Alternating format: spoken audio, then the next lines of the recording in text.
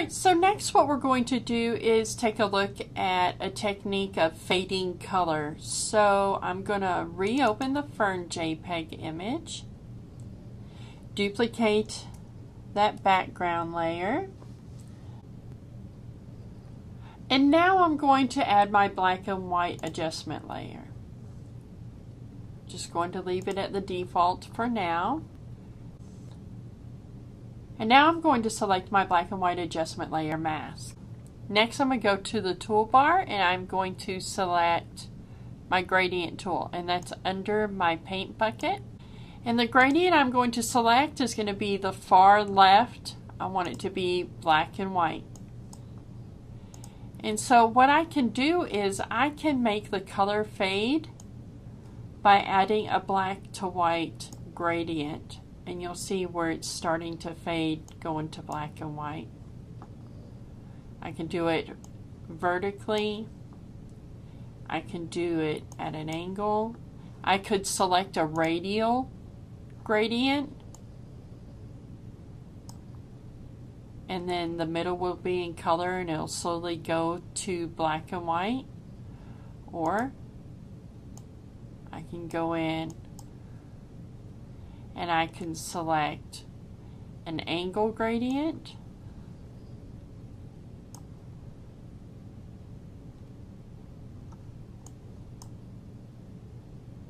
and get a lot of different effects that way as well. In addition, there are reflected gradients and there is the diamond gradient as well.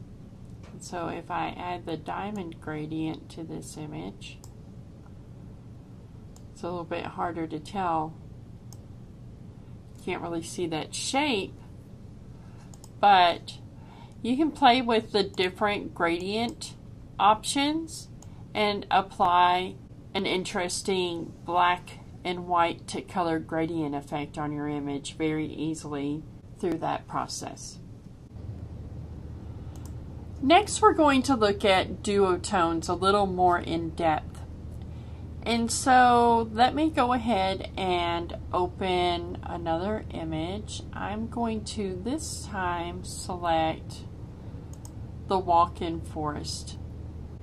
And the effect that we did earlier when we selected the tint option in the black and white adjustment layer was essentially a fake duotone.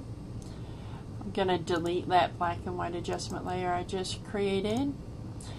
Now let's look at how you would go about creating an actual duotone. And duotone refers to an image that's made from two colors, one of which is black. It allows you to add special color combinations in order to create genuine grayscale images. And so the first thing you'll want to do if you're going to create a duotone image is you're going to convert it to black and white in some manner. I'm going to convert mine to black and white using a black and white adjustment layer. But you could go about getting your black and white conversion in any of the recommended ways that we've discussed so far in this chapter. Okay? Once you have your image converted to black and white, what you're going to want to do is you're going to want to save that. So I'm going to save it as a PSD file. So go ahead and Command-Shift-S. And this is Duo Practice. You're not going to be turning this one in. You're going to be doing something similar with a different image on pages 346 and 347. But for this practice image, I'm going to go ahead and save it as a PSD file in my Chapter 8 folder. And now what I'm going to do is I'm going to convert it to a grayscale. So I'm going to go Image, Mode, Grayscale. And it's going to flatten it, and that's fine. I'm going to say OK. Discard the color information. And now I have just a grayscale image. So if I look at my channels, you'll see I have only a grayscale channel. Now what I'm going to do is I'm going to go back to my menu and I'm going to select Image Mode Duotone. And the Duotone Options panel opens. Now currently it's a monotone color. I'm going to have to select Duotone from the drop down, and you can see where you can do a tritone or a quad tone as well, where you can pick 3 or 4 colors. I'm going to select Duotone. One of my colors is going to remain black. Now to select my second duotone color, I can click in the color box there and go through and pick a custom color from the color picker panel. Lighter colors will get a softer hue. Now in order to be able to access the built-in color combinations, you're going to have to be in duotone mode. I'm going to cancel out of this before I pick a color.